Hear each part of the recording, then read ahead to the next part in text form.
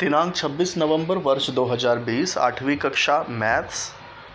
और ये second semester के लिए हम 10वां चैप्टर शुरू करते हैं विभाग 2 का। ये सबसे पहला ही चैप्टर है विभाग 2 का, बहुपदों का भाजन।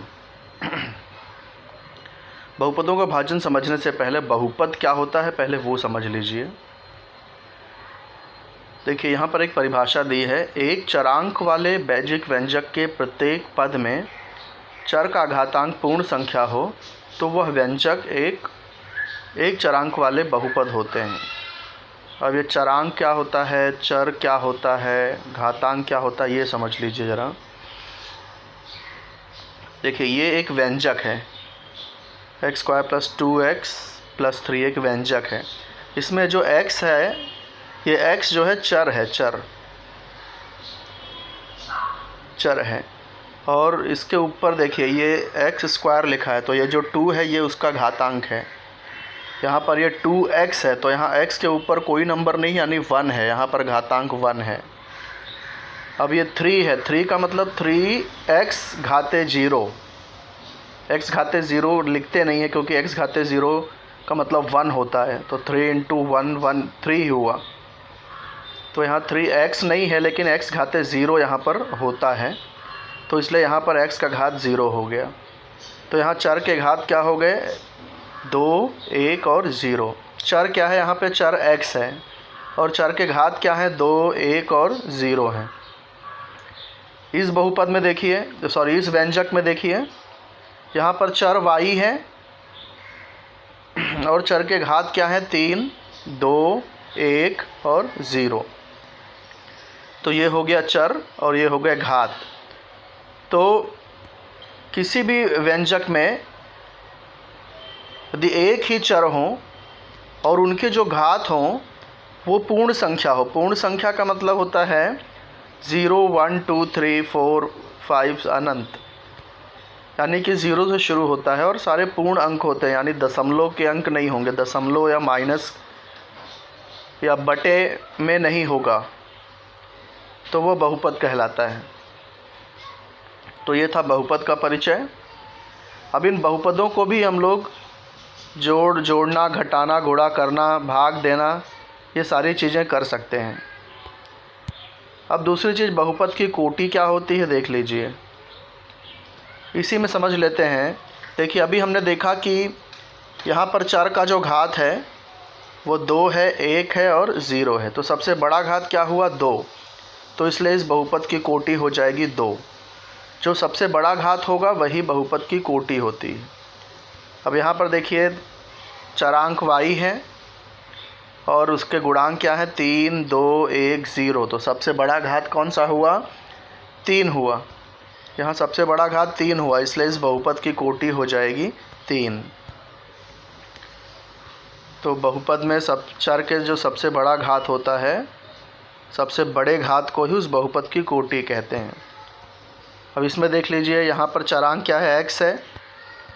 अब इसका सबसे बड़ा घात क्या है, 2 है। यहाँ 2 और 1 में से 2 बड़ा घात है, इसलिए यहाँ इसकी कोटि 2 हो जाएगी। सबसे बड़ा घात 2 है तो कोटि भी 2 हो जाएगी। यहाँ पर देखिए ये चरांक x है, यहाँ पर घात 3 है, 1, 5 और 2 है।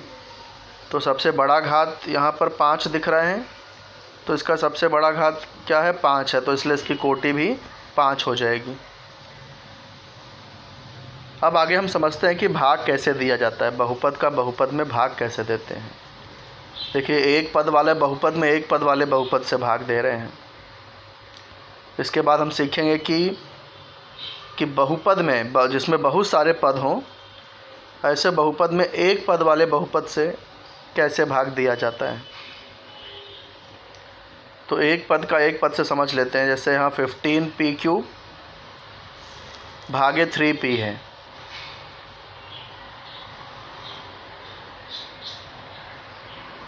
तो देखिए इसको जैसे हम साधारणतः भाग करते हैं, 15p³ भागे 3p।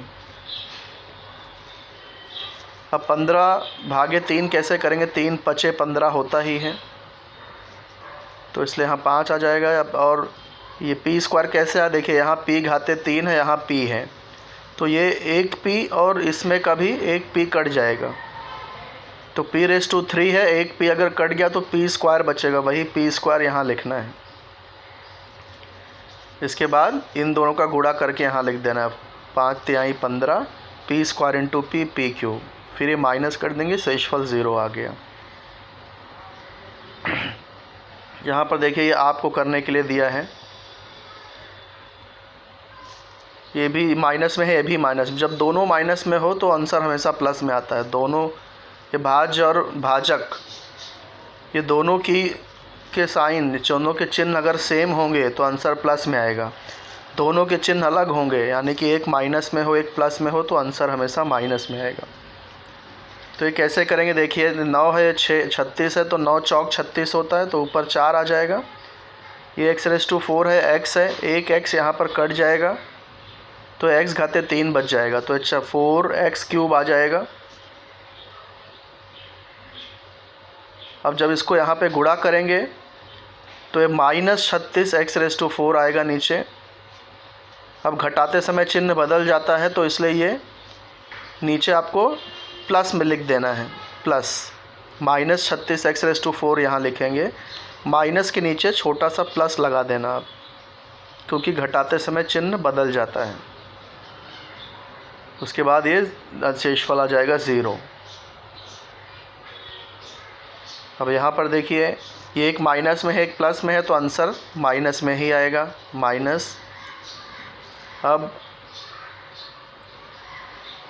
देखिए यहाँ पर 1 है, यहाँ पर 5 है, ये 1m है, यहाँ m का गुणांक कोई नंबर नहीं है, यानी कि 1 है यहाँ पर।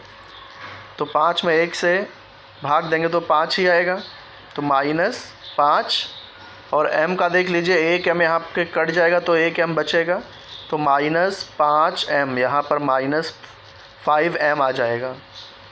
अब इन दोनों का गुणा करके यहाँ लिखेंगे, माइनस इंटू माइनस प्लस, 5 एकम 5, m into m m², 5m², minus करेंगे तो 0 आ जाएगा नीचे। तीसरा देख लीजिए, फिर से एक प्लस में है एक माइनस में है, तो आंसर ऊपर माइनस में आएगा। अब 20 में 2 से भाग देंगे तो 2 10 में 20 होता है, तो ऊपर 10 आ जाएगा। ये y⁻³ है, y⁻5 है, तो y⁻3 कट जाएगा, तो भी यहाँ y⁻2 बचेगा। y⁻5 में से y⁻3 अगर कट गया तो y घाते 2 बचेगा, तो -10 y⁻2 ये ऊपर आ जाएगा। अब नीचे तो यहाँ यही सेम ही लिखना होता है, -20 y³। अब माइनस करेंगे तो ये -20 y³ नीचे प्लस हो जाएगा, प्लस, छोटा सा प्लस का निशान यहाँ लगा देना, तो ये नीचे आ जाएगा 0। इस तरह से इसे आपको हल करना है, तो ये कृति भी आपको हल करके भेजना है। अब हम सीखेंगे कि बहुपद में, बहुत सारे पद में एक पद से कैसे भाग दिया जाता है। तो देखिए यहाँ पर छोटा सा स्पष्टीकरण साइड में लिखा जाता है, ये 6x³ + 8x² है, इसमें 2x से भाग देना है। तो देखिए 2x है और 6x³ है, तो स्पष्टीकरण में देखिए कैसे लिखेंगे। 2x में ऐसे नंबर से गुणा करना है कि 6x³ आना चाहिए। 2x और 6x³, 2x है 6x³ आना चाहिए। तो देखिए 2 में 3 से गुणा करें तो 6 आ जाएगा, 2 3 6, इसलिए 3। एक्चुअली इन दोनों को आप भाग दो दोगे तो ये मिल जाएगा अपने आप, जैसे 6 में 2 से भाग दीजिए तो 3 आ जाएगा। इधर x³ है, इधर x है, तो x और x कट जाएगा, तो x³ में x कटा तो भी x² हो, तो ये 3x² हो जाएगा। वही 3x² आपको यहाँ लिखना है। फिर इन दोनों का गुणा करके नीचे लिख देना है, 3 दूनी 6, x² × x, x³। माइनस करते समय चिन्ह बदल जाता है, ये +6x³ था तो इसलिए माइनस हो गया। ऐसे ही जैसे यहाँ माइनस किया वैसे ऊपर भी आपको बदल करके लिख देना है। जैसे ये अगर प्लस में आता है तो नीचे माइनस कर देना, यहाँ पे अगर ये माइनस में रहेगा तो नीचे प्लस लिख देना छोटा सा, जैसे यहाँ लिखा गया है।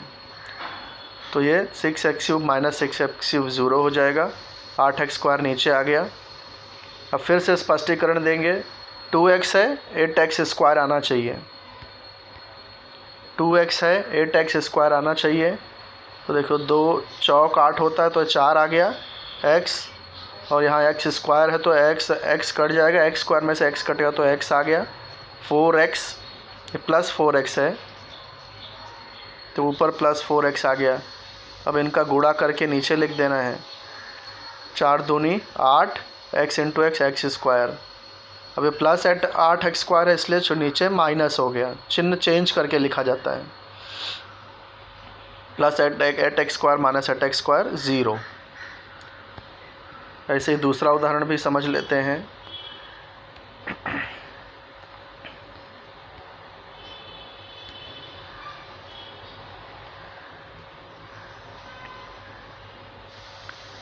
ये 15y⁴ plus 10y³ minus 3y² भागे 5y² है। 5y² बाहर और ये पूरा अंदर लिख दिया। अब देखिए 5y² है, 15y⁴ आना चाहिए। 5y² है, 15y⁴ आना चाहिए। तो 5 और 15 है तो 5 तिहाई 15 होता है, इसलिए 3y² है, यहाँ y⁴ है तो y² कट जाएगा तो y² बच जाएगा। 3y² आया तो यहाँ 3y² लिखेंगे। अब इन दोनों का गुणा करके नीचे ले आ जाएगा। 3 × 5 = 15, y² इंटू y², y⁴। ये नीचे माइनस लग जाएगा क्योंकि ये प्लस में था, 15y⁴ प्लस में था इसलिए नीचे माइनस हो गया। अब एक कैंसिल होके 0 आ गया, बाकी जो पद हैं वो नीचे आ जाएंगे। अब देखिए क्या है, यहाँ 5y² है, यहाँ 10y³ है। 5y² में ऐसे नंबर चाहिए कि 5y² में गुणा करने पे 10y³ आए। तो स्पष्टीकरण देखिए, 5y² है, 10y³ चाहिए। तो 10 में 5 से भाग देंगे तो 2 आएगा, 5 दूनी 10 होता है। y³ में y² से भाग देंगे तो y आ जाएगा। तो प्लस 2y आ गया। इन दोनों का गुणा कर देते हैं। 5 दूनी 10 और y इंटू y² y³। ये प्लस में था इसलिए माइनस आ गया, ये कैंसिल होके 0। अब ये माइनस 3y² नीचे आ गया। फिर से देखिए, ये 5y² है, माइनस 3y² आना चाहिए। स्पष्टीकरण में देखिए, 5y² है, माइनस 3y² आना चाहिए। तो देखिए ये -3 में 5 से भाग देंगे तो -3/5 हो जाएगा। y² कैंसिल, तो यहाँ पर क्या आ जाएगा, -3/5। अब हमको गुणा करना पड़ेगा, इन दोनों का गुणा करना पड़ेगा। देखिए एक प्लस में है, एक माइनस में है तो ये माइनस में ही आएगा। अब इन दोनों का गुणा करेंगे तो 5 और 5 कैंसिल हो जाएगा, बचेगा क्या, 3y²। तो -3y²। -3y² है तो चिन्ह चेंज हो जाएगा, माइनस का प्लस हो जाएगा। तो -3y² प्लस 3y², 0 आ गया। तो भागफल यहाँ पर देखिए, ये भागफल आ गया तो ये भागफल लिख दिया, और शेषफल यहाँ पे 0 है, 0 है। ऐसे उदाहरण 3p² है, 12p³ minus 6p² plus 4p में भाग देना है। स्पष्टीकरण में क्या चाहिए, 3p² है, 12p³ आना चाहिए।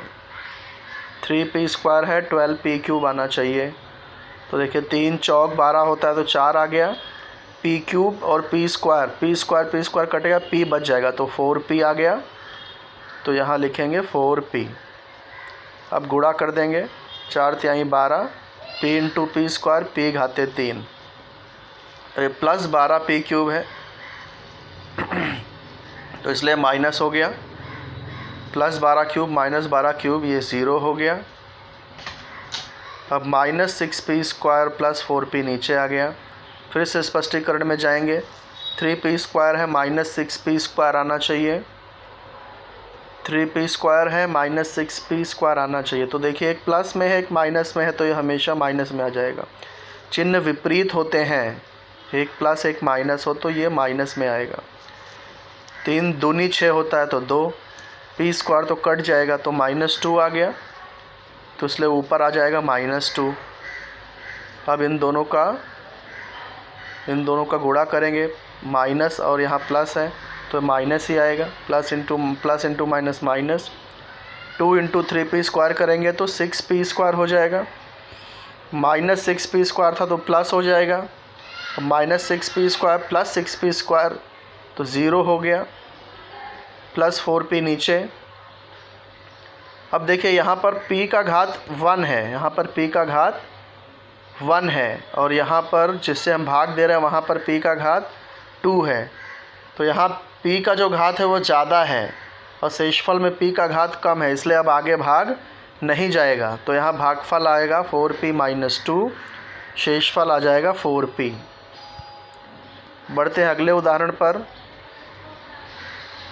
अगले उदाहरण में देखिए यहाँ पर x² है और 5x⁴ है, तो स्पष्टीकरण में आ जाते हैं। ये स्पष्टीकरण आपको हर सवाल में लिखना है, याद रखिए। x² है, 5x⁴ चाहिए, तो देखिए यहाँ 1 है, यहाँ 5 है, तो 1 5 5 होता है तो 5 हो गया। x² कट जाएगा तो भी x² बचेगा, तो 5x² आ गया। इन दोनों का गुणा कर देंगे, 5x⁴, माइनस हो गया, कैंसिल होके 0, बाकी सारे पद नीचे आ गए। देखो x² है -3x³ चाहिए, x² है -3x³ चाहिए, तो एक प्लस है एक माइनस है, तो माइनस हो जाएगा, और 1/3 करेंगे तो 3 ही आएगा। x² और x² कट जाएगा तो भी यहाँ x बचेगा, तो -3x आ गया, तो ऊपर आ गया -3x। अब गुणा कर देंगे, minus into plus, -3x × x² 3x³ -3x³ plus 3x³ 0 हो गया, बाकी सारे पद नीचे आ जाएंगे।